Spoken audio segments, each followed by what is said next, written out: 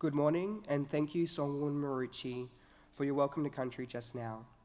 As a proud Wiradjuri man, I'd like to acknowledge the Turnbull Gubbi Gubbi people of the Meanjin Nation, the traditional owners on the land of which we meet today. My name is Michael Galuzzo, and I'd like to welcome you all here today in person, and the many of those online, to the Our Healing, Our Future, Shaping Strategies with Our Young People webinar. It's so great to see everyone here, and thank you for being part of these very important discussions. We really welcome your participation online as well, so please use the hashtag #OurFuture to be part of the conversation. This webinar is a great opportunity to get a broad perspective on one of the most important issues facing our communities today. Successfully tackling intergenerational trauma is the key to reducing many social and economic disadvantages that our people face, and to creating a better and stronger future for the next generation.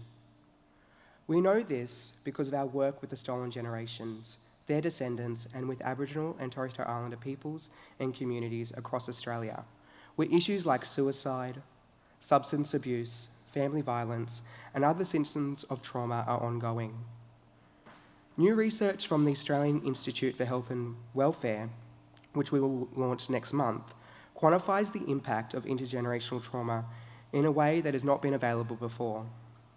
The report shows a direct link between forcibly removing children from their homes and many of the critical social, health, and welfare factors. It reveals a very disturbing picture of disability, health problems, and economic disadvantage for the stolen generations and their descendants. For example, descendants of the stolen generations are twice as likely to experience violence in their families or communities, and 1.3 times more likely to report poor mental health, and that is even more so above other Aboriginal and Torres Strait Islander community members, which we already know are disadvantaged in Australia.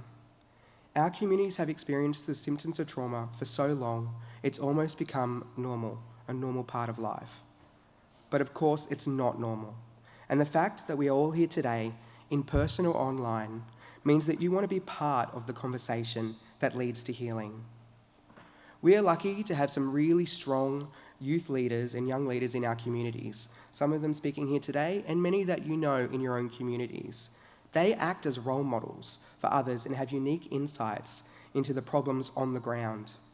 It's essential that they become part of the conversation and help us to develop ways to engage youth across different communities to break the cycle of trauma. Importantly, the ideas that come out of the webinar today and the focus groups that we'll be running alongside is that the Healing Foundation will be working to develop a national youth healing framework, which will feed into Australia's first ever national intergenerational trauma strategy. Trauma has built up over 230 years of colonisation, forcible removal, frontier violence. It will take a long time and a long-term and evidence-based approach to break the cycle. We are pushing hard with policymakers and government to bring that to reality. But in the meantime, we're taking another important step today, and that step is to release some really important educational resources. The first step to tackling intergenerational trauma as an underlying cause of social and health issues is making sure that everyone understands its existence and in its insidious effects across families and communities. When we know where problems come from, we are much better equipped to find the right solutions. And so these resources will help to build a greater understanding and empower us to find those solutions and play our own part. We're going to play you an animation very shortly, and this is just one of the resources available on our website, healingfoundation.org.au, that you can access that talks about intergenerational trauma and its effects. So thank you for supporting our young people and being part of creating a different future. Thank you.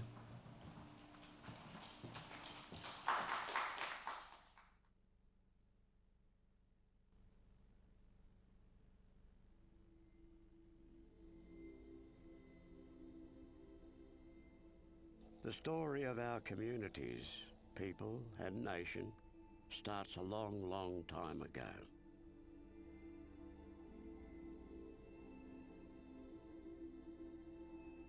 More than 60,000 years, in fact.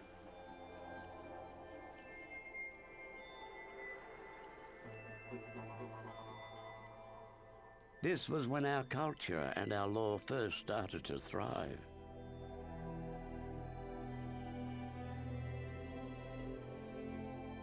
We knew who we were and where we belonged. We took care of each other, our land and our waters. We ate food that made us healthy, lived on country and abided by our laws and song lines. Our families, our children were happy, with strong minds and hearts, because they were where they belonged.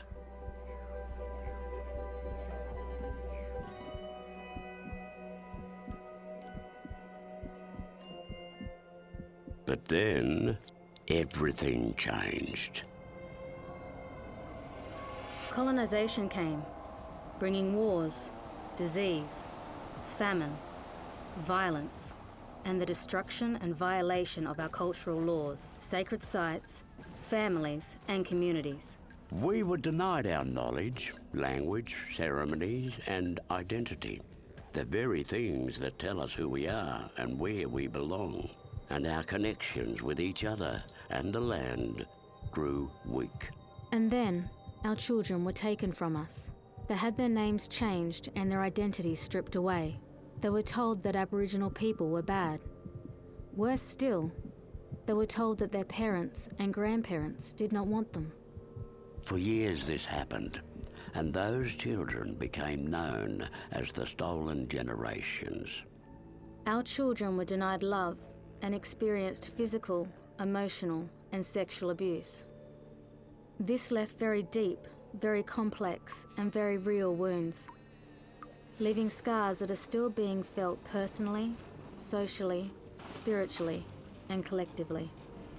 In the time when our story started, we were able to parent in the cultural way that has seen our families survive and thrive for generations. Our people were strong, and our culture flowed and healed us in times of hurt. But since the trauma of colonisation and the stolen generations, we have not been able to heal in the same way. And we have unknowingly passed this trauma on to our children through sharing our sad stories and having them witness and experience our pain. This is known as intergenerational trauma, and we see symptoms today in broken relationships, disconnected families, violence, suicide, and drug and alcohol abuse. But this is not where our story ends.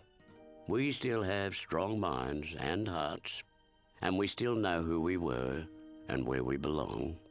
By creating safe and strong communities together, supporting our families to be free from pain, returning to our culture and building a strength of identity, we can stop the cycle of trauma and bring about positive intergenerational change so that we can continue to thrive for the next 60,000 years. There are simple things that we can all do to help heal our trauma.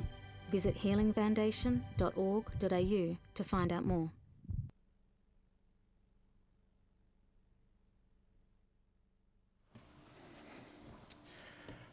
Hello everyone here in Brisbane at the State Library of Queensland, and those of you live in Canberra, Sydney, Darwin, and to those of you who have joined us from communities and workplaces from across the country. My name is Elijah Douglas, and today I'm going to be your MC. I'm originally from Doomadgee. Doomadgee is a community in the Gulf of Carpentaria in the most far northwest Queensland. I'm a descendant of the Gungalita, Wanyi, and Garawa people, and I'm a community leader in my little hometown, and I'm also the cultural leader of the Gungalita people. It's great to see so many people here wanting to be a part of this essential conversation about intergenerational trauma.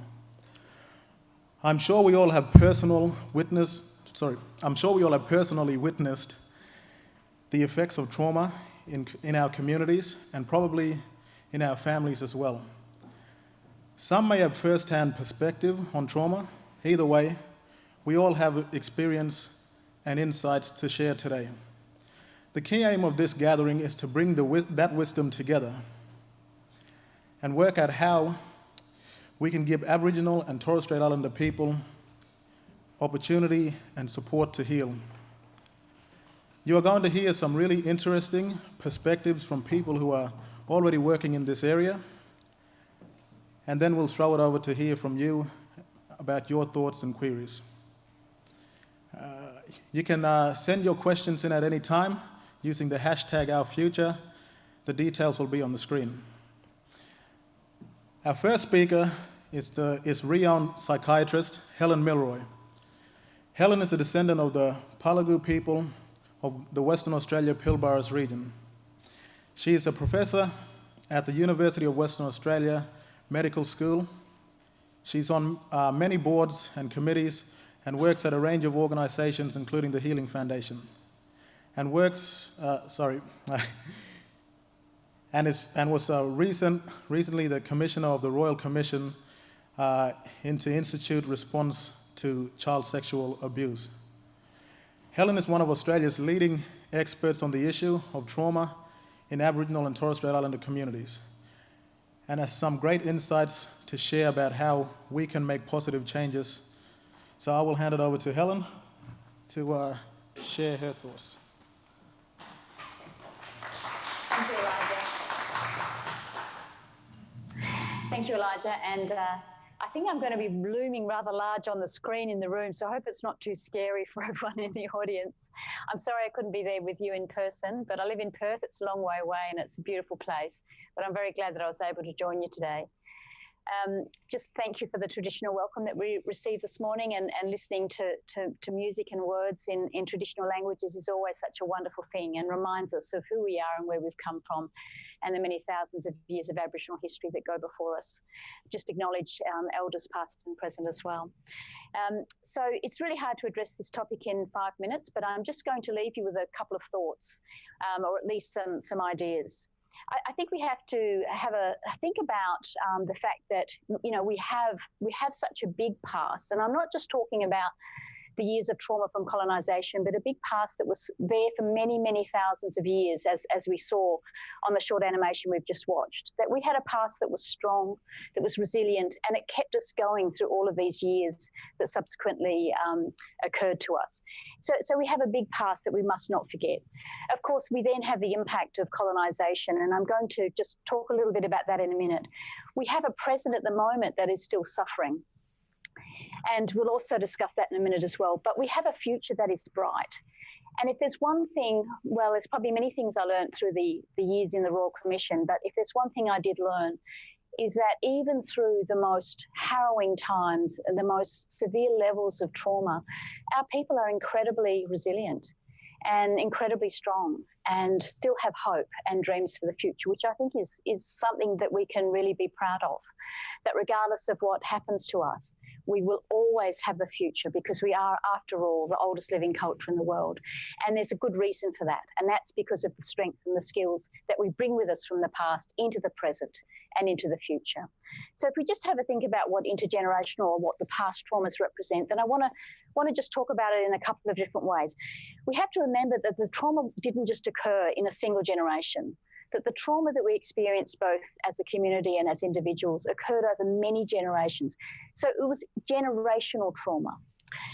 If we then think about how the magnitude of that, it wasn't just for an individual, it was for a family and for a whole community.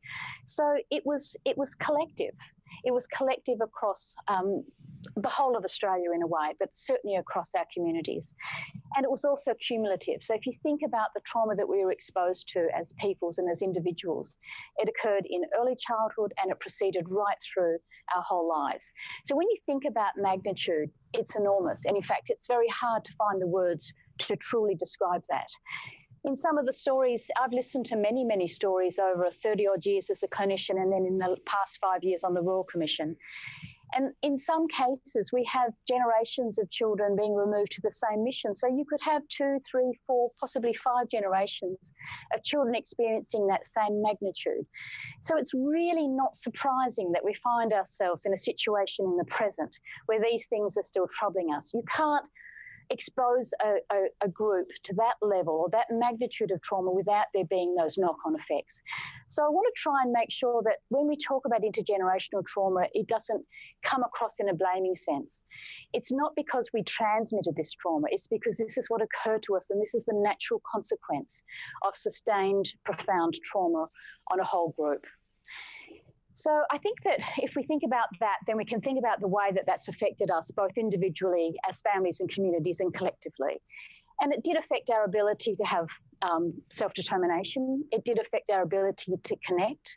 And it also affected our ability to develop as healthy peoples. And so that's what we've got to get back to. We've got to develop those programs that are going to encourage our self-determination, to give us the skills to govern our own communities well. And we know that those communities that are doing the best are the ones that have a sense of control and ownership over their lives and over their services and over their land and culture.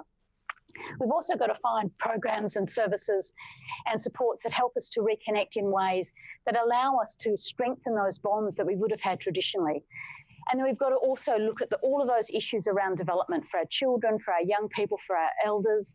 One thing that's, I think, quite disturbing about trauma is that it never really leaves you. And even if you do really well in your life, it will revisit you in old age. And I think for some of our older people now who were brought up on missions, they will be revisiting some of those early childhood memories, not because they want to, but because that's the natural consequence of what happens.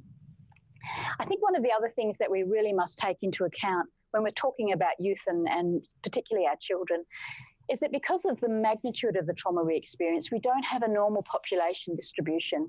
So we have deficits in our population, which means we have heaps of kids, which is fantastic because they're our future, but we have less adults and less elders to buffer our children and young people as they go through life. And unless we can build in those layers of buffering and support, it means the burden of care often falls to our young people. And although they do an amazing job, it's a little unfair. And it's not a burden that they should have to carry. So we also have to look at ways that services can help to buffer children and families in those early years. Because I think children and young people have a right to just be kids and to just grow up strong and healthy before they have to take on all of those caring responsibilities, even if they're able to and even if they want to. So I think that one of the things I also want to bring forward as well is that we had so many strengths. We had amazing kinship systems. We had really good parenting systems and techniques. We had a really good psychology about who we were and how we were. And if you look at the evidence now that's been accumulating over some time, we know that the strongest way to heal from trauma is to have all of those early experiences in life. So really strong identity, really strong connections, really strong supports growing up, and then be able to have that strong cultural identity as well. So I think that if we're going to go forward in a really positive way, we've got to develop more of our own Aboriginal psychology. And I think that's what's still missing as part of the way forward. And I would really encourage any of the young people listening in today to think about whether you want to have some sort of career in mental health, because that's what we need. We need a lot more of our people to come into this arena and actually show the way. When you look at some of the things that people want, and I was actually at an international mental health leaders conference recently, everyone wants what we had. We had a system of care and healing that was inclusive, that was supportive, that was lifelong, and that had a range of different techniques that included traditional methods right through to an Aboriginal psychology. So I think that we should be proud of what we do have, but I also think that we should develop it more fully as well and not be scared to do that. I know I've only got a short time, so I might actually finish there, but I just wanted to leave us with the feeling that it's not all hopeless. It may feel overwhelming, and I think sometimes when we just constantly see the negative statistics, we can feel quite despairing. But what I see is a lot of hope. I see a lot of inspiration, and I see enormous potential for us to now move forward in a very real way. I think we are acknowledging the past far more than we ever did, and I think that's important. But we're also moving to a future where we're actually going to have the chance to, rather than survive, to actually start to thrive. Thank you. Thank you, Helen. I'm sure people will have some questions to ask about the concept of intergenerational trauma from that professional perspective, but we'll have to save those until the discussion session at the end. But please, keep sending your questions in via the Our Future hashtag. As many of you know, the Healing Foundation was formed in 2009 following the National Apology to work with Stolen Generation members and communities to heal trauma.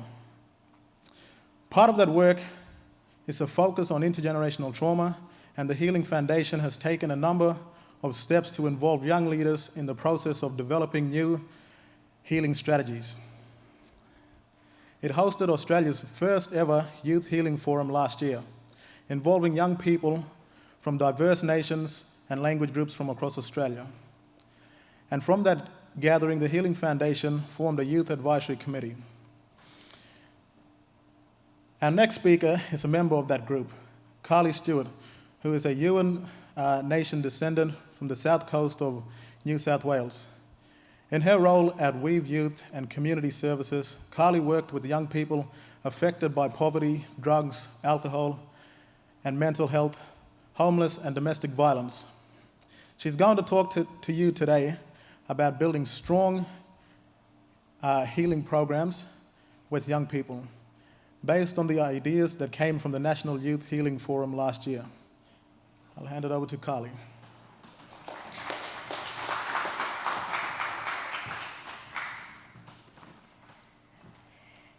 Good morning. Before I begin, I'd like to acknowledge the Turnbull Gubbi people as the custodians of the land we're gathering on today for this event. Please note that I haven't acknowledged them as the traditional custodians of this land because, in my opinion, they always have and always will be the custodians of this land. I would also like to extend my respect to any other Indigenous people here today, and especially acknowledge the young Indigenous brothers and sisters who are here and tuning in from around Australia. My name is Kylie Stewart, and I'm a Yuin woman from the south coast of New South Wales, although for the past 10 years I've lived on Dharawal country in Sydney and have been extensively connected to the Laperouse Aboriginal community. I've been invited by the Healing Foundation to speak today as a member of the Healing Foundation's interim youth advisory group, and also in my capacity as a caseworker and activities worker with Weave Youth and Community Services in the Cool Kids Club program. More importantly than both of those, I am here today to share my story as a young Indigenous woman that has experienced multiple elements of intergenerational trauma. Growing up, I lived through many adversities that are experienced in too many Indigenous homes. This included witnessing things such as domestic violence, drug and alcohol abuse, and many other child protection issues. For the most part, I lived with my mum, but like many other Indigenous kids, I also lived with my grandmother for a large part of my childhood.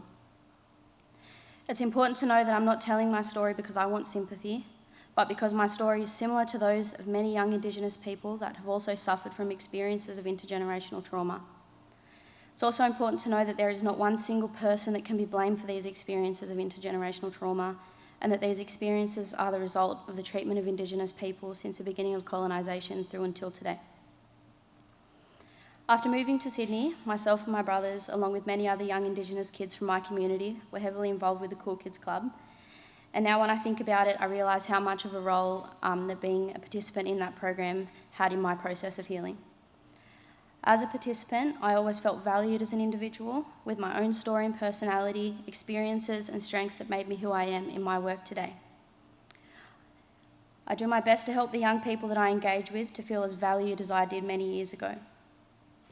In my role, I mostly work with primary school-aged young people and many of their families, and over 85% of them are Indigenous. As a result, I am trained in and practice from both trauma-informed and strengths-based frameworks, which I believe is paramount to promote and assist healing from my clients' experiences of intergenerational trauma. I genuinely believe in the programs that myself and my colleagues deliver to our clients, and every single day I see the cycle of trauma being broken, which makes what I do so special. However, although I have always believed in the work we do at Cool Kids Club, I didn't realise how significant it was in terms of breaking the cycle of intergenerational trauma, until I attended the Healing Foundation's National Youth Healing Forum at the beginning of last year. During the forum, prominent themes emerged surrounding the foundational elements for a strong healing framework.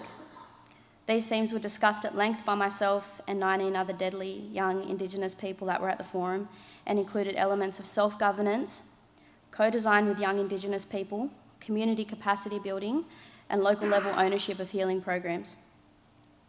The voice of our young people have emphasised these themes as necessary foundational elements for a strong healing framework, and because of that, I'm here sharing my story as a sufferer of intergenerational trauma who encountered an amazing program that helped in my process of healing.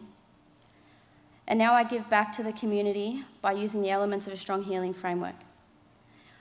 In my work, I see success every day, and that's why I'm able to stand here and advocate for a strategic response for healing from intergenerational trauma that is led by Indigenous youth for Indigenous youth.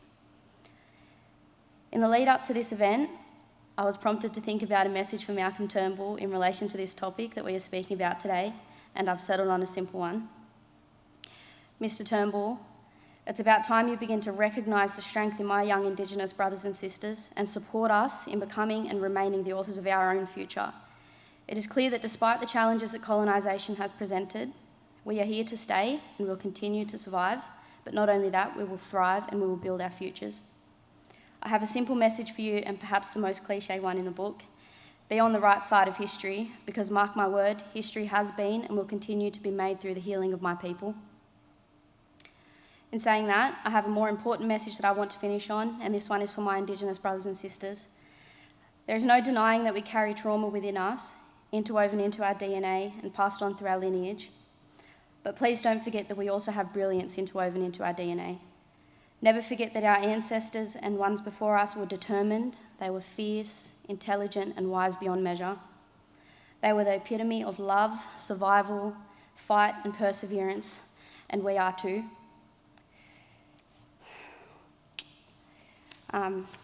We're the living proof of resilience, and our roots are deeply entrenched in this land.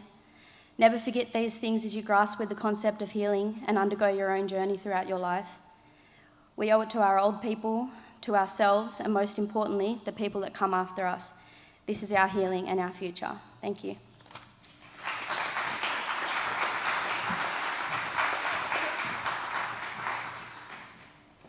Thank you, Karlie. Dr. Joel Wenitong is up next. Most of you will know him as a member of the hip-hop group, the Last Kinection, sorry. The next one's yeah. But you might not know that through music therapy workshops, he has helped hundreds of young people to heal through music. As a doctor, Joel has also worked alongside the Aboriginal Health and Medical Research Council and the New South Wales Ministry of Health to increase public awareness and healthcare issues for Aboriginal and Torres Strait Islander people. In 2009, his dedication to integrating Aboriginal history and culture into nursing education was recognised with the Indigenous Collaborations Excellence Award from the University of Newcastle's Faculty of Health and Medicine. Joel is Gabi Murray, and we'll talk today about the importance of giving young people a voice through culture.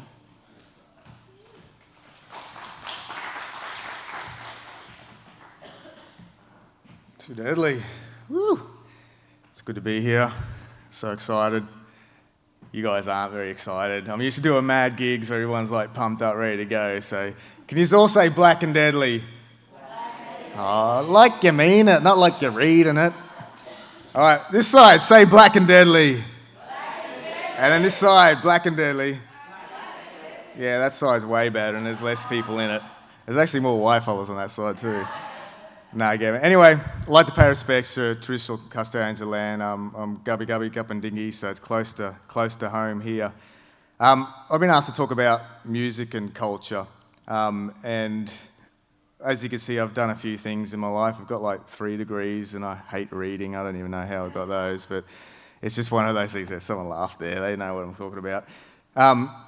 With music and culture, and I've found that working with kids, defining culture is an important factor that we always miss. We think, dancing or language, and I had the opportunity to do a research on what culture is by interviewing a whole lot of elders from a community about their experience of culture, not what they thought culture was, but how they experienced culture when they were growing up as kids.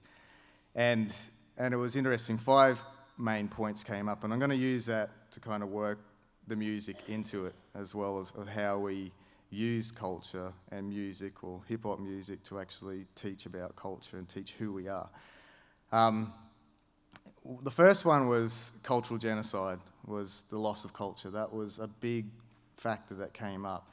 And what we're talking about today, intergenerational trauma, it all fits into this loss of culture. And part of our culture now is regaining that culture. We've lost some of it, we need to regain it.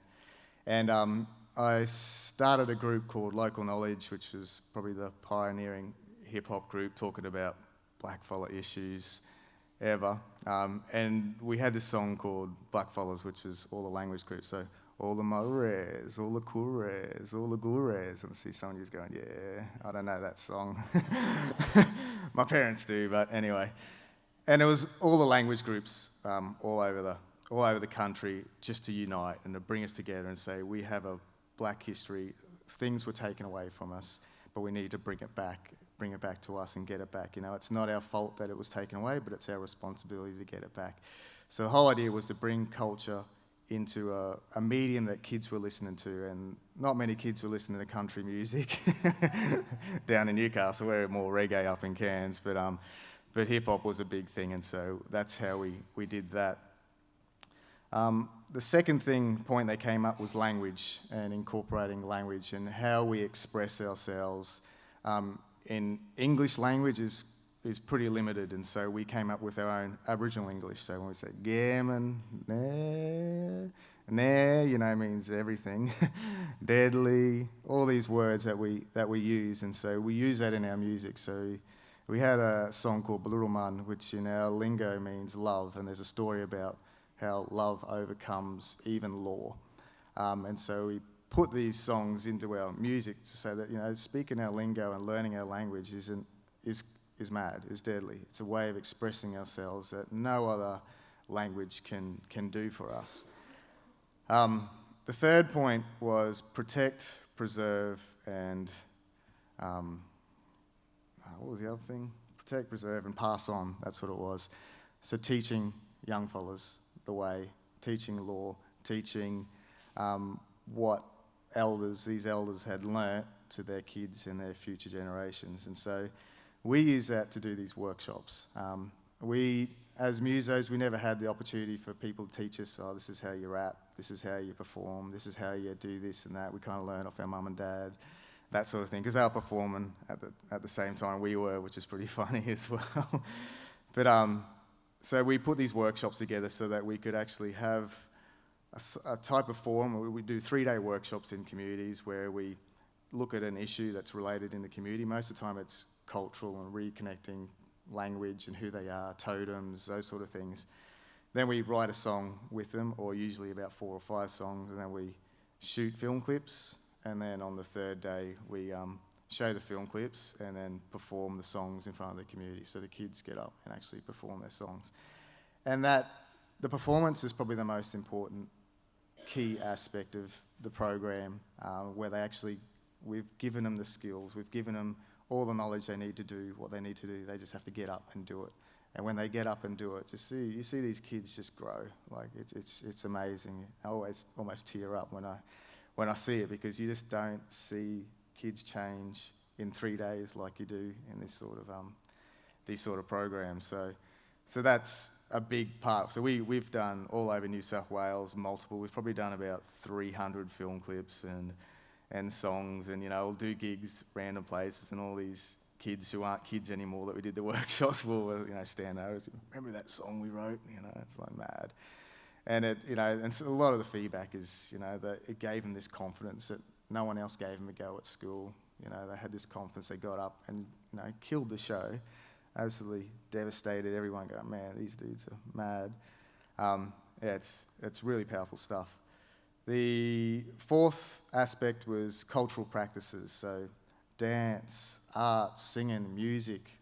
The therapy of dance is just amazing. When you get up and just dance and just let things go, it feels good. It feels good to dance, even though most Aussies need to have a drink before they dance, Blackfellas, we dance because we love to dance, and we've got that shame factor now, but, whenever we did this song called Proper Mad Deadly, which is that Aboriginal English, but also as a song for the theme song for Move It Mob Style as well. You know, them fellas can dance. When you say move mob style kids, and the kids start doing, yeah, move mob style, you know. And so getting people to dance is really important, and those practices are important to teach kids that it's okay to dance. It's okay to get up and express yourself in that format. The fifth point was spirituality. And spirituality is hard to explain because you can't explain it in words. It's a feeling. It's something you have to experience. And when all the people that are here or listening online as well, when an elder says you need to go back to country, you go back to country. You don't have to do a ceremony. You don't have to sit on a rock naked or anything like that. You go back, and the country will teach you. As one elder said, he said, the land will learn you. You know, you just be there, and things will come to your head that you just think, where the hell has this come from? And that's that spiritual connection that you need to make. And it doesn't have to be in your own backyard. It can be in your own backyard. It doesn't have to be in your country, because we're all connected. Their country's connected. There's so many song lines going through and relationships. And if you follow some of the dreaming stories, you'll see the stories go from Cairns down to Newcastle, you know, and how the story has changed and developed and gone through. It's amazing when you start diving into that sort of area. So actually so spirituality is something that you'll find that we'll come up to one day. And it wasn't until I was doing this research project where I really had that experience as well, and it changes you for the good. And now I'm a doctor and stuff, which is still tripping me out. But anyway, when I see DR in front of my name, I think, oh, that's my dad. And then it's like, no, that's you. Oh, yeah, that's right, I'm a doctor. Keep forgetting that. No, I don't. It's lots of work. That'll finish me up. I've probably gone to 10 minutes because I like to talk, as you can probably tell. And I'll pass it on. Thank you.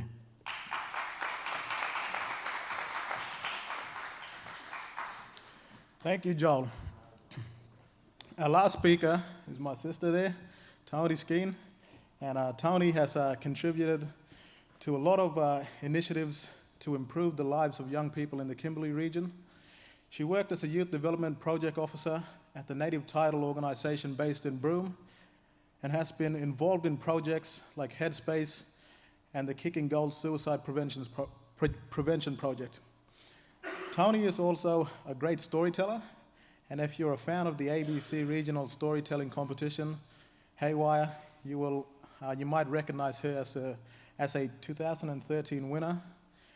She is going to tell you her story today about building strong young leaders in the Northern Territory. I'll hand it over to Tonii.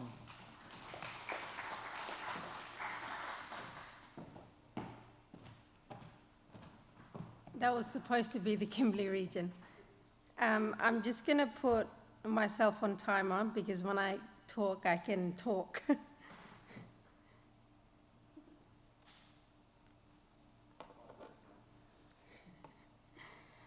I too would also like to acknowledge the Turnbull and Gubbi Gubbi traditional owners of this land in which we stand and speak on today. So I'm here to speak about 3 to 4 main things. So I'll be talking about my personal experience living back home in Broome and dealing with intergenerational trauma and how we are in the process of overcoming adversity. So I was privileged enough within my role as a youth development project officer for the last 5 years at Nyambaburu Yaru within the community development team to be a part of the an intensive consultation process that had happened back in home for the development of the Liangan Yidwa Cultural Healing Centre that's now currently being built back in Broome and will be finalised by December this year. The Healing Centre is to promote the Indigenous healing, connection and reconciliation, and the centre is modelled as a community-led approach that will deliver social and cultural programs grounded in the philosophy of Mabu Lian. So Mabu Lian in the Yaro language, Mabu is meaning good and Lian meaning you're feeling your sixth century, your intuition. So as I said, I was heavily involved in the community consultation process where we did a lot of visioning workshops and the concept of design of what this healing centre would look like for the community as a whole, and that being Indigenous and non-Indigenous, and from our children to young people to our elders within the wider community. And so that was such a powerful process to be a part of as a young person, because, you know, I'm 2 generations of stolen generation, and the effects of intergenerational trauma is embedded into myself. We as young people are waking up with 2 to 3 generations of intergenerational trauma, and you wonder why these young people are waking up and they're feeling helpless and notionless, and it's because of that. And it's hard to express because it's a feeling that you feel, but not a feeling that you can explain until you come and be a part of movements and programs and discussions like these that Healing Foundation hold. So in going with that, I wanted to speak a bit about how organisations can build young leaders up within communities across Australia. And firstly, there needs to be an honest decision made whether it's going to be a ticker box feeling kind of fluffy, or some meaningful and measurable outcomes in supporting young people and community around healing. So, you know, having succession planning, especially for young people, integral priority within that young person, within the organisation or community. And so that means working with young people to co-design programs, initiatives, and or even discussions. And even if you don't think that young people might not be in that space of having that dialogue around the table. One of the things that I've said quite some time now is if an Aboriginal and Torres Strait Islander young person knows who they are, where they come from, or their history, or gets the opportunity to learn who they are, where they come from, and learn their history, then they have some sense of direction of where they're going in life. And I'm not saying that, you know, we are going to be the next politicians or the next big CEOs of Indigenous organisations, which, yes, that's what our next roles are going to be. But it means that these young people have some sense of path of where they're going in life, and, you know, the culture and the language, and knowing our history is something. It's a key and foundation element to who you are as a young Indigenous person, and within your own identity, because if you don't know where you come from, you don't know where you are going or how you were going to get there. So a few of my minutes are coming up to the end now, but one of the questions I wanted you all to reflect on in the audience, and also whoever's listening in live, is to ask yourself, and I'm sure that you guys have heard this before, where you hear our older generation or just people in general talking about young people are the next generation of tomorrow, they're going to be the next leaders. But what I want you to reflect on is to ask yourself, well, what am I doing within my position for our young people to be the next generation of tomorrow? Today, what am I doing?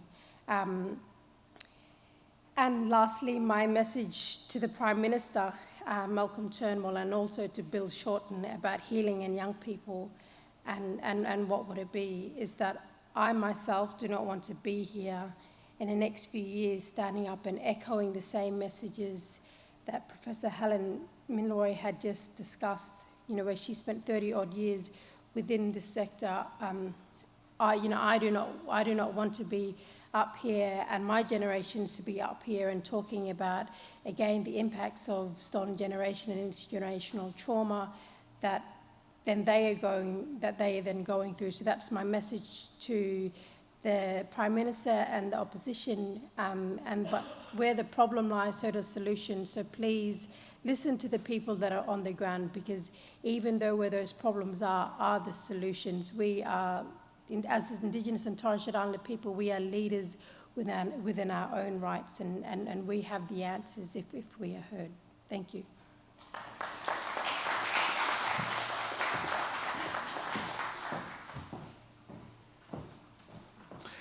Thank you, Tony. Well, now it's your turn to be a part of the conversation. So I will ask Michael from the Healing Foundation to come up and facilitate that session. It's not too late to put your questions in via the Our Future hashtag on the screen. So, yeah, I will hand it over to Michael then. Thank you, Elijah.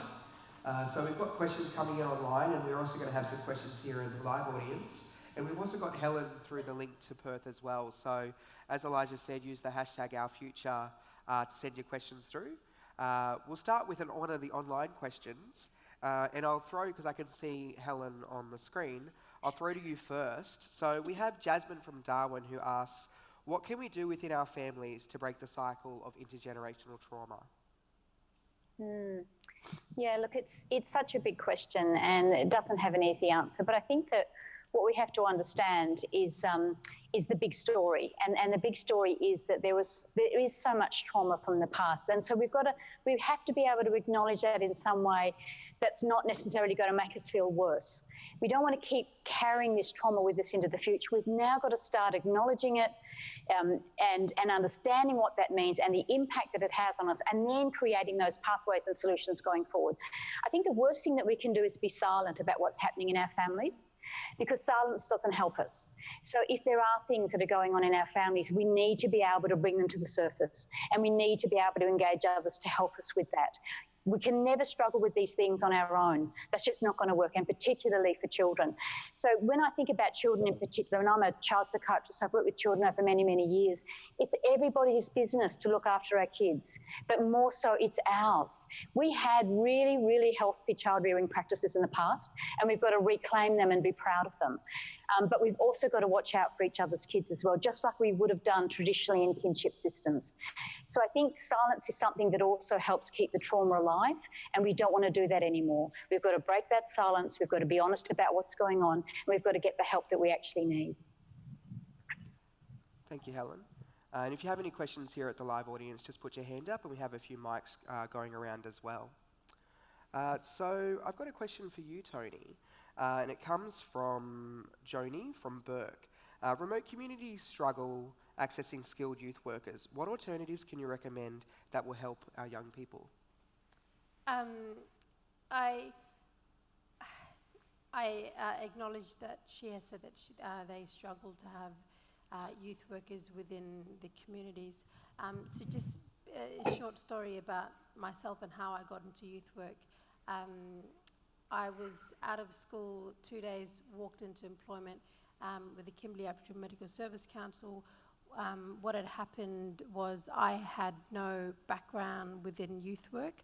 I was passionate about that, and over my high school term, I was doing some work, around helping young people.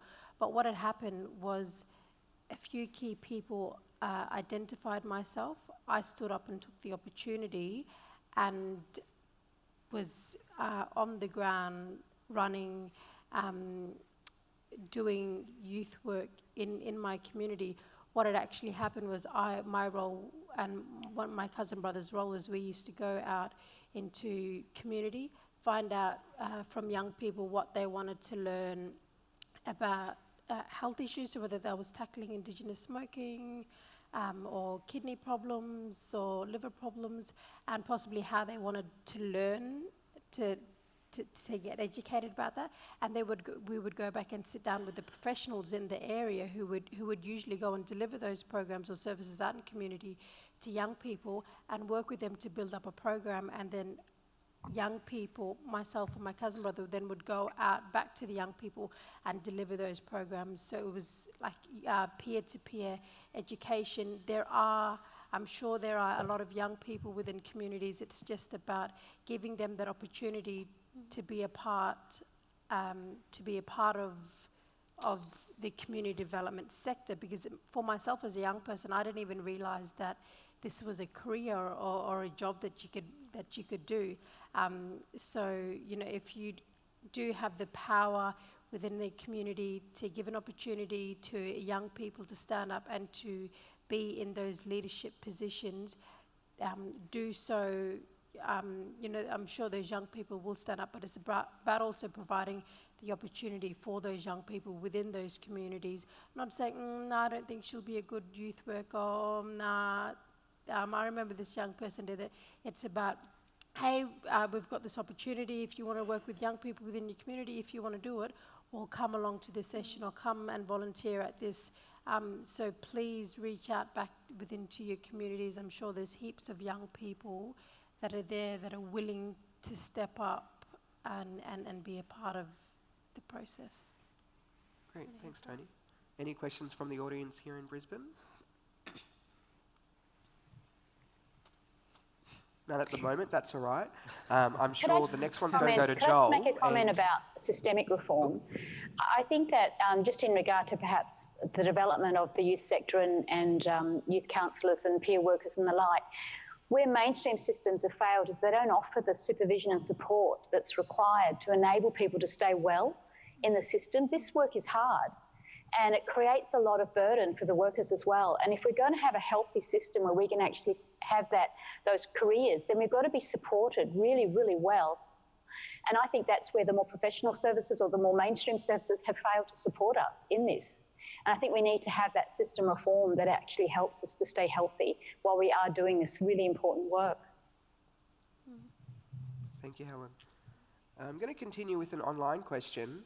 This comes from Felicity Chapman from the Whit Sundays, and I'm going to throw it to Joel. You were talking about your research in talking to elders about culture, and it says, how do we support our local elders to help break the cycles of despair and help build resilience? How do you work with elders to do that? Talk to them. Simple as that. When I started doing videography was to get elder stories before people passed on, just so that we had a record of it, and that when their grandkids or kids finally were at that stage where they wanted to know the history of their family, that it wasn't lost. So, filming people and their stories, and especially when, these elders have been through so much in their life, and it's almost therapeutic for them to talk about it as well, because, they're getting old and they're like, Joel, getting close to the grave now, and want to get a few more stories in. Can you come film? It's like, yeah, for sure, definitely. And it's not just the content that you take from it, it's just how they tell the story, how they learn from the stories and what the morals are. And they don't just say, the moral of this story was this. You just get the drift from it, and it's not until you actually ask them for their stories and just find out, how did you grow up, Unc? How did you grow up, Aunt? What was it like? And, when my nan passed away, just before she passed away, I was like, when are you deciding on going, eh? And she was like, probably another year. And I was like, I'll come hang out for 3 months. And I hung out with her for 3 months and just asked her all these questions and just hung out, And then the thing she really taught me was about forgiveness. And I think that answers a bit of the question as well, is that, we need to, forgiveness isn't something you do for other people, it's something you do for yourself. It has no relevance on anybody else, it's for yourself. And she gave this story, and I said, all these people will say the stupidest things to you, and then they'll forget, and then you remember it, and you think, this he hurt me saying this, and they don't even remember that they said that, and here you are taking this to your grave almost. And so forgiveness is about letting that go, and not letting you bother anymore. And I was like, that's pretty mad, but Nan, do I have to actually talk to him? It's like, no, you don't talk to him. Just ignore him. and that's an important lesson that I got from her, is about forgiveness, and crap things happen to us, and it happens to us every day, and how we learn from that and move forward through that, and forgiveness is one of those things that is so difficult to do for anyone, really. But as long as you remember that you're doing it for yourself, you're not doing it for anyone else, I think it's a lot easier, and it can help, just get through things, really. I don't know if that answers the question now, but, I just go on tangents, so. No, definitely. So we've actually got a few coming through specifically for Karlie. So, Kate Hilda said, Karlie, what are the programs that you deliver as part of the trauma-informed framework? Hi, Kate. That's a good question. So the organisation I work with is Weave Youth and Community Services. As a whole, all the staff members are trained on trauma-informed practice, trauma-informed care. So every single interaction we have with clients is underpinned by that framework. yeah, it's really hard to break down and talk about specific programs that have those elements because it's really interwoven into every single thing that we do. You know, it's being aware of the things that have happened in community, the things that have happened in the lives of the children that we work with, making sure that we're, you know, we have safe and comfortable spaces for our young people in all of our programs. You know, even if that means that one of our programs we don't go to a particular place, or you know, little things that I do when I'm on program, you know, when we're dropping kids off, if I know that a kid is uncomfortable in going into a certain area, you know, I'll drop that kid off home first, and then I'll go and drop the other kid off wherever. You know, just little things like that. Yeah, I think the most important part about that for me is, and making sure that I'm working in a trauma-informed way, is hearing the stories of individuals, the young people that I work with, their families, the community, and really being aware of that when I'm working and, you know, I'm engaging with these individuals because, you know, they're really special to me and their stories are special to me, you know, and I want to make sure that I'm looking after them and I'm making sure that they're safe and they're comfortable. But, so that's personally what I do, but just as a whole, Weave as a whole is really good at making sure that, you know, we're really trauma-informed when we practice with clients, individuals, and within our community. Thank you. Good. And so, looking at the program that you work with, the Cool Kids Club, someone's asked, you know, what about that program really helped develop you as a leader? The belief of the staff who worked on the program. That was amazing for me because, you know, growing up in Indigenous families, I feel like it's so hard to share like really positive affirmations with one another, and it's really hard to go, you know, my mum always, I feel like she always really struggled to be like, oh, you know, you did well today, or, you know, I feel like she really struggled with that. So then to go on program and have, you know, other adults who, you know, would give me those positive confirmations that I needed about the things that I was doing and good behaviour, and, you know, I could have been really cheeky all day, but I did that one thing right, and that was what was acknowledged. Yeah, that was what was really special for me, and just, you know, that's not to say that I never felt loved at home, or, you know, that my mum, you know, she always looked after us and whatever, but when you have other adults who see you, you know, that's really special, and that's what made the difference for me. I felt seen, and I felt heard, and I felt valued, so yeah, and that's also what I aim to put into my work every single day, working with the young kids that I work with. Thank you. I'm going to go over to Helen now over in Perth. We've got a question from Beth online. It's, what can non-Indigenous people or community workers do to help Indigenous youth become leaders and break the cycle of intergenerational trauma? I think everybody can do a lot, both within our own communities and then with the rest of Australian society. And I think that it's a little bit like what we've just heard, that being seen, being heard, and being valued is actually really critical. And I think that sometimes what happens when we work with the non-Indigenous community is that they really, really want to help and they really want to do the right thing. Then they get overwhelmed and they get frustrated, and then they take control. And I think it's a real, you know, sort of a real pitfall. You know, it's just what happens. And I think we have to be able to look at the longer goal, or the bigger goal, which is that sort of sustainability and that endurance that we need to have. We're not going to get quick fixes. So you've got to be in there for the long game. And so I think that we've got to continue to support our young people to get to their very best potential that they can, and be in there for that long-term gain that we're going to get. If I think back about what was one of the really strong factors that helped people survive trauma, it was a positive, enduring relationship with someone who believed in you. And that often made the difference in someone being successful. So I think that's what it's ultimately about, not taking control back, but always being there to support that young person to do their very best and to praise them for it. Thanks, Helen. Keep your questions coming through the hashtag #OurFuture. There's some great ones coming in. Joel, so you've been working as a GP, that's right? So we've got a question here. What can non-Indigenous people, community workers do to... Oh, sorry, reading the wrong one there. How can broader service systems, such as education, childcare and health services, and the wider community understand trauma's impact and support youth better? Well, Oh, there you go, eh? Gave you a hard one, but I knew you could handle it. I used to be a teacher as well, so I taught in schools. Now I homeschool my own kids. Does that tell you? Answer the question. No, look, services have got a lot to learn. They really have a lot to learn. What's happening in Newcastle, especially in the health related fields, is that we're really good at identifying blackfellas. We're really good at saying, asking the question to everybody. But what happens after that? The services that are there specifically for Aboriginal people, are they being utilised? What are the barriers stopping people from actually utilising these services that are actually there and not being used? Are the things that we're really having difficulty doing.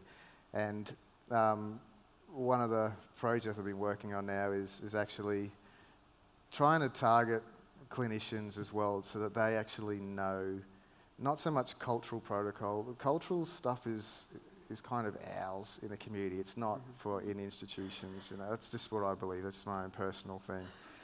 And but it's it's about how they can make it more appropriate for how they behave with blackfellas, and how they can understand. You've just had a heart attack. You're 25 years old. You have a job. You have 3 kids.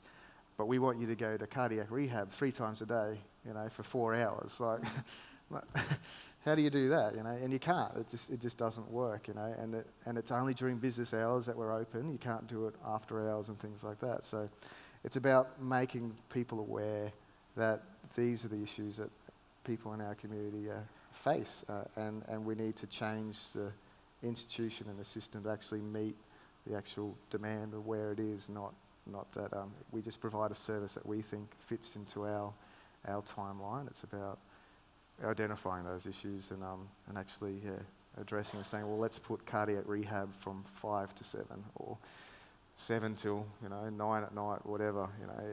Make it a bit more appropriate. Who knows? But like what everyone else is saying, having someone there to actually help you through, not just through trauma, but through the health system, through the education system, makes all the difference. Having that one teacher that says, yeah, you'll be right, where the other teacher's saying you should be suspended, was why I got through school.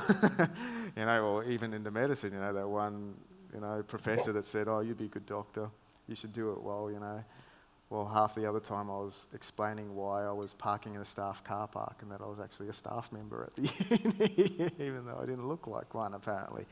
So, having that one person, even though you have all these negative things around you, makes all the difference. So we've been really focusing on nursing staff, on actually building a relationship with patients at that personal level, to say, anything you need, I'm here for you. It doesn't matter what everyone else says. If there's someone giving you trouble, just come talk to me and I'll sort it out. Makes all the difference for patients in healthcare, in the education system, wherever. Yeah.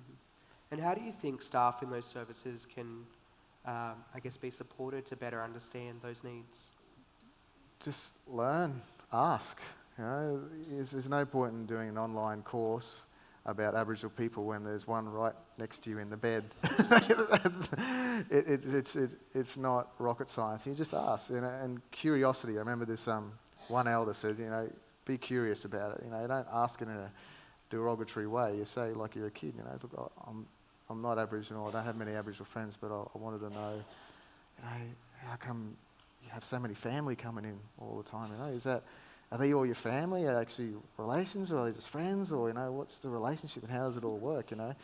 Makes a big difference in how an Aboriginal fellow will be like, oh yeah, there's a white fellow wants to learn about how we work. Yeah, mad, I'll teach you. And then there you got a relationship straight away that's not based on any power struggle or anything like that. It's like just this curiosity that I want to learn more. And blackfellas always want to teach. Yeah. Thanks. So Tonii, you're involved over in Broome with the development of the healing centre over there, you were talking about earlier. Yes. And we've got a question here which is from Shane online, which is, what are the essential qualities of culturally safe practices and places? Can you talk a little bit about your experience in helping develop in the healing centre there? So what was the first half So of the what are the sentence? essential qualities of culturally safe practices and places? On how we developed the Lianganyura. So our elders played a key role in.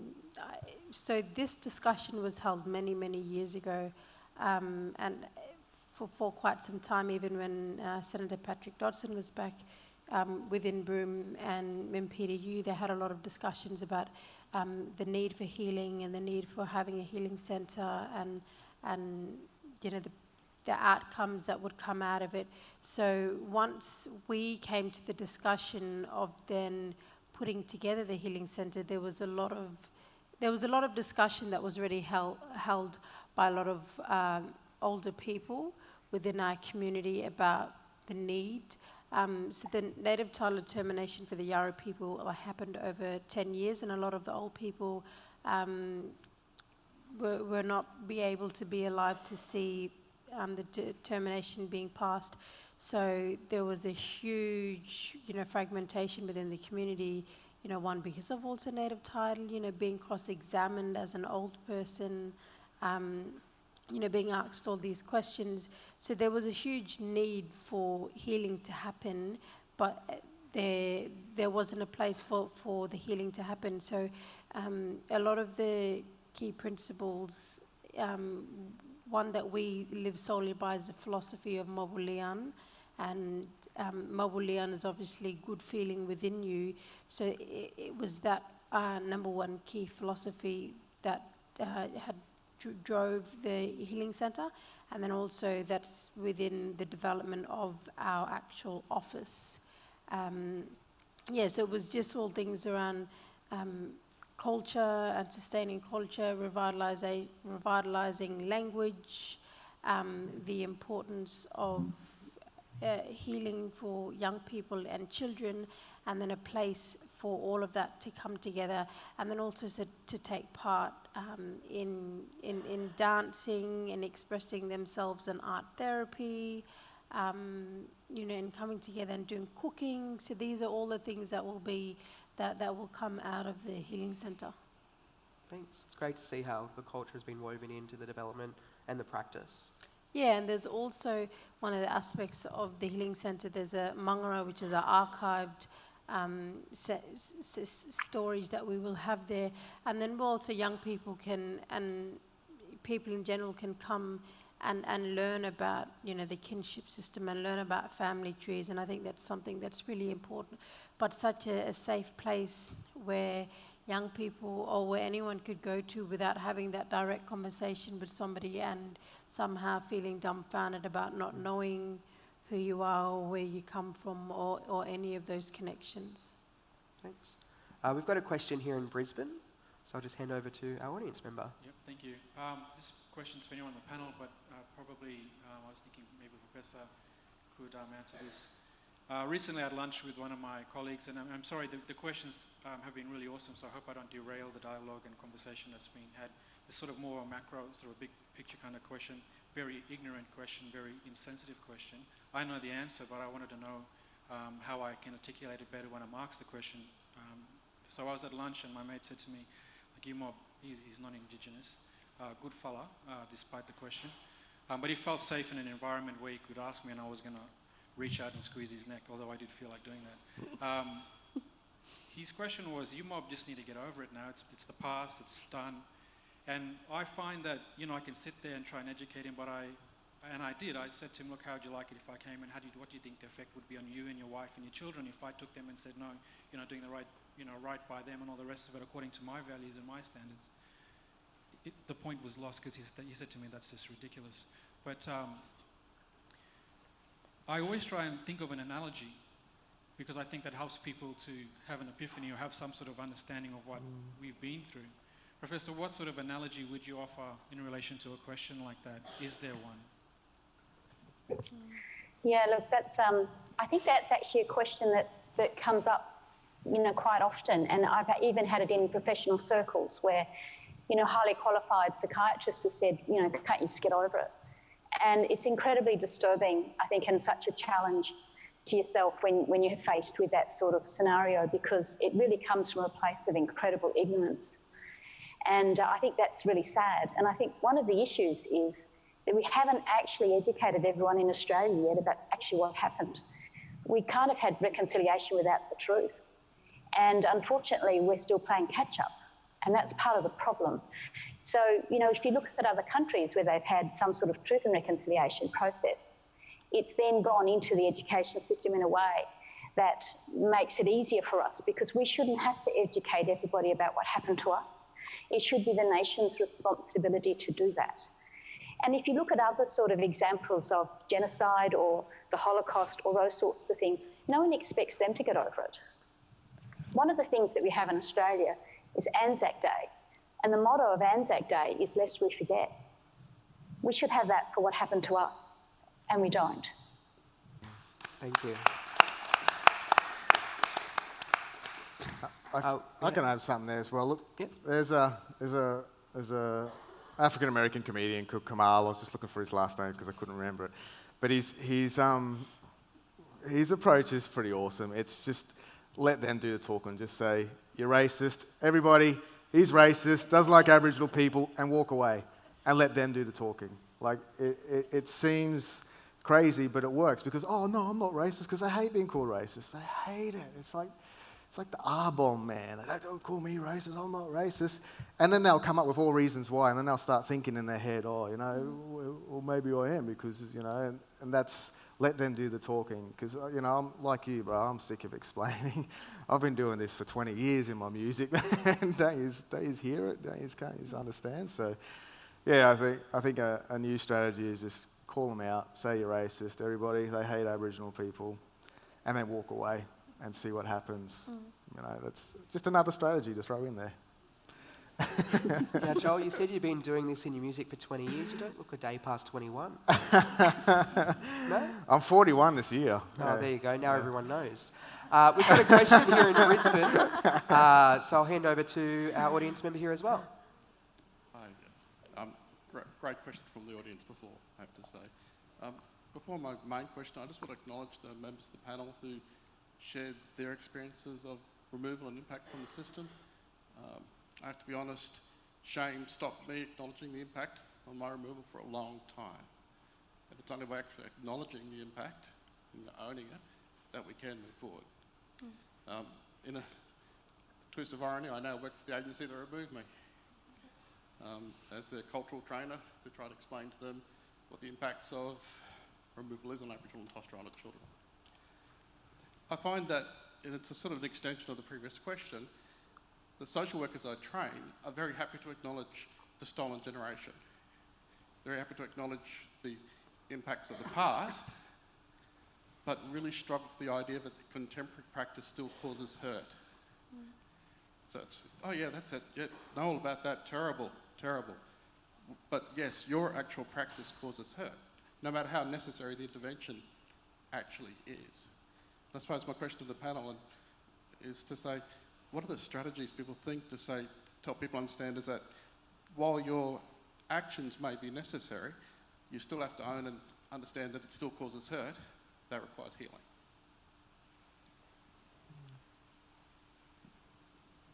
I can talk Karlie? on that. Yeah. So actually, I'm a social worker. Well, I'll be a social worker in 6 months' time, fourth year final semester.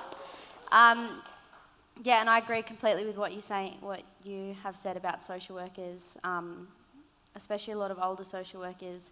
They come through and they go, oh yeah, the stolen generations, oh, we played a massive part in that. And they really find it hard to associate with the ongoing impacts of those generational and, you know, today and the impacts of that will continue into our future generations. But something and this is why I love the Healing Foundations, because we have really important conversations about ways forward. And I love taking them back to my peers, and I love talking about, you know, the things that we talk about here at events like this, in my community, with the young people I work with my peers that I go to uni with, people who are training to be social workers and will be phenomenal social workers. And one of the things that I always take back and always reiterate to people is holistic practice and fully understanding, the magnitude of the issues that Indigenous people experience in our communities, that we have experienced for generations upon generations, and really understanding, like we've spoken about, spiritual, we've spoken about physical health, we've spoken about mental health, all of these different areas and things that we need to be working on. And something that I find today in the social work curriculum at UNSW, where I study in Sydney, a massive part of that is really focusing on holistic health, and we're focusing on people and environments, and we're focusing on, not just the people as soul people, as individuals that are experiencing this thing. We're really trying and, urging people who are training to become social workers to look at what's actually going on here and what's the bigger picture. So, yeah, and I completely agree with you that, social workers, a little bit older social workers, maybe they have a lot of trouble doing that, but I do genuinely believe in the social workers that we've got coming through, and hopefully, those things can change. And, in saying that, this is why we need, national strategies to deal with intergenerational trauma, so that we can have, blanket education, so that everybody's on the same page. We're not playing catch up in any one area. Everybody has the same understanding of what's going on, and then through having a better understanding, then we're able to move forward together, fully understand and comprehend the issues that we're dealing with, and develop answers together and develop strategies together and move forward together. Thanks, Karlie. And just like to acknowledge and thank you for sharing your own experience as well. I'm not sure if everyone here knows this, but we've actually got groups in Darwin, Sydney and Canberra doing consultations with us to help develop a National Youth Healing Framework and into the National Intergenerational Trauma Strategy. We actually have a question from the Darwin Youth Forum Consultation Group, which is directed at Dr. Joel. So, Dr. Joel, have you found music to be an effective way to connect with young people on serious issues such as intergenerational trauma? Yes. So one of probably the most serious that I think is suicide. By far.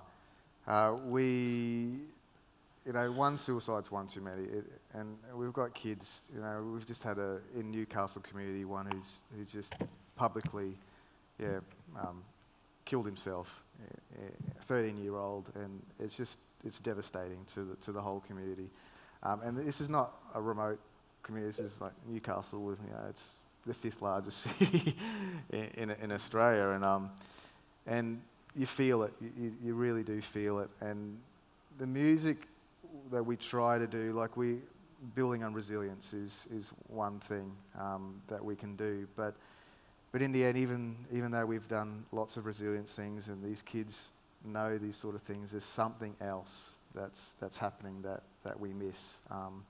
Whether it's a spiritual, and I'm leaning towards there's something spiritual that we can't measure, we can't just grasp and say there's something else, there's something there going on, but that's how we usually describe it or explain something that we don't understand is going on, that there's something spiritual happening, and that's what I believe is happening. And music is part of that spiritual connection, the beat, the rhythm, dancing, interacting with the world plays a big role. And so we did a song a while back called Not Your Time to Go with Last Kinection and our first album, and I remember lots of Facebook messages on not just people that were contemplating suicide, but also people that have family had committed suicide, and they were, because when one family member does, a lot of the other families start thinking about it, and you have the clusters of suicide and things like that, which are pretty horrible, but pretty much happen just to black followers, which is another level in itself, and there's a lot of research on it.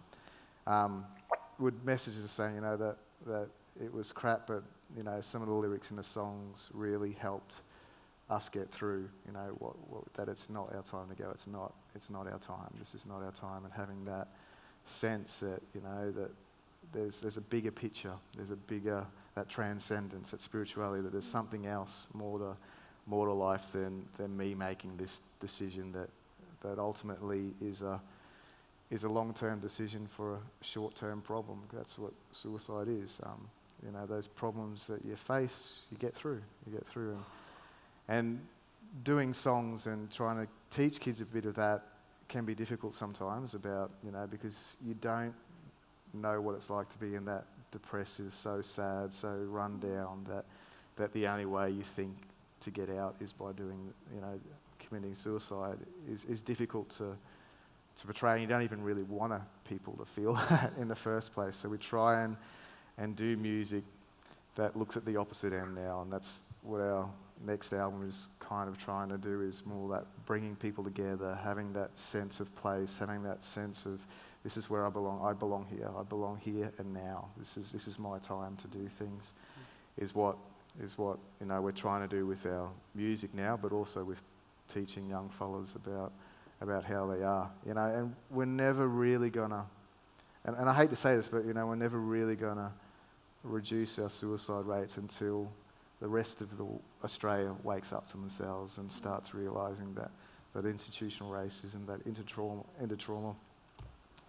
intergenerational trauma, all of it plays a massive impact, and it's not until we look at it at a holistic perspective, it's still going to be there. It's still going to happen because, kids are treated like, black kids are treated like shit at school, bullied or whatever, more than anyone else. And until that stops happening and that kids can actually just be kids, as the professor said, it's gonna, congratulations, thank you.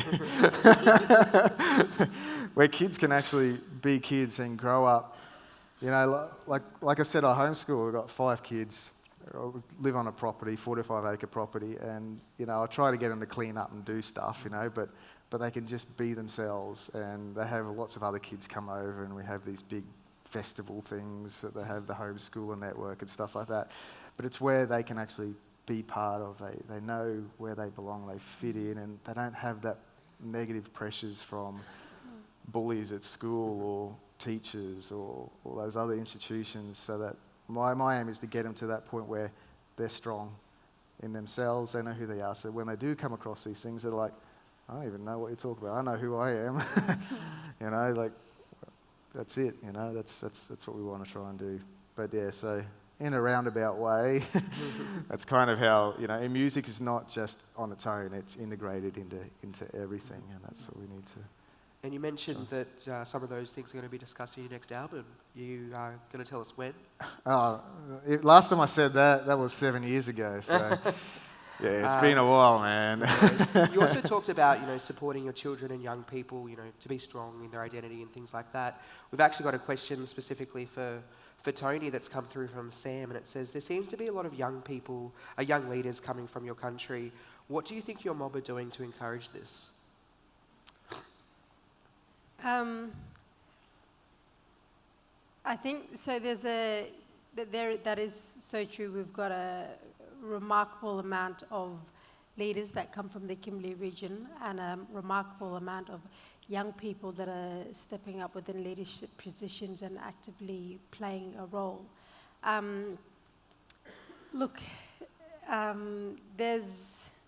think it's just the fire within you as an individual to step up and be a part of the change. There's a lot of myself, I have a strong network of other young people that are in my region that I speak to nearly every day as a collective about what we are going to do. We talk about what has happened within our society or within our community that has not resolved issues or that's not working well, and then what can we do within our own capacity to do something. So one of the things, about 2 years ago, I had the opportunity to facilitate a youth forum. It was for young people and by young people, and we engaged young people from the start of the process, and even by going out and asking them, hey, do you guys know what a conference is or a summit? And they're like, is there a thing where like everyone fly and they meet and they talk? And they're like, yeah. And then it was like, okay, well, if you had the power to create one of those, what would it be? How would you do it? Who would you want to run it? Like, what are the topics you want to talk about? What do you guys want at the end of it, what do you guys want to walk away feeling? And what they wanted was other older young people to facilitate the forum, and there was a few key things that we laid down when having the gathering, is that it was for young people and by young people, and it was a solutions-based youth forum.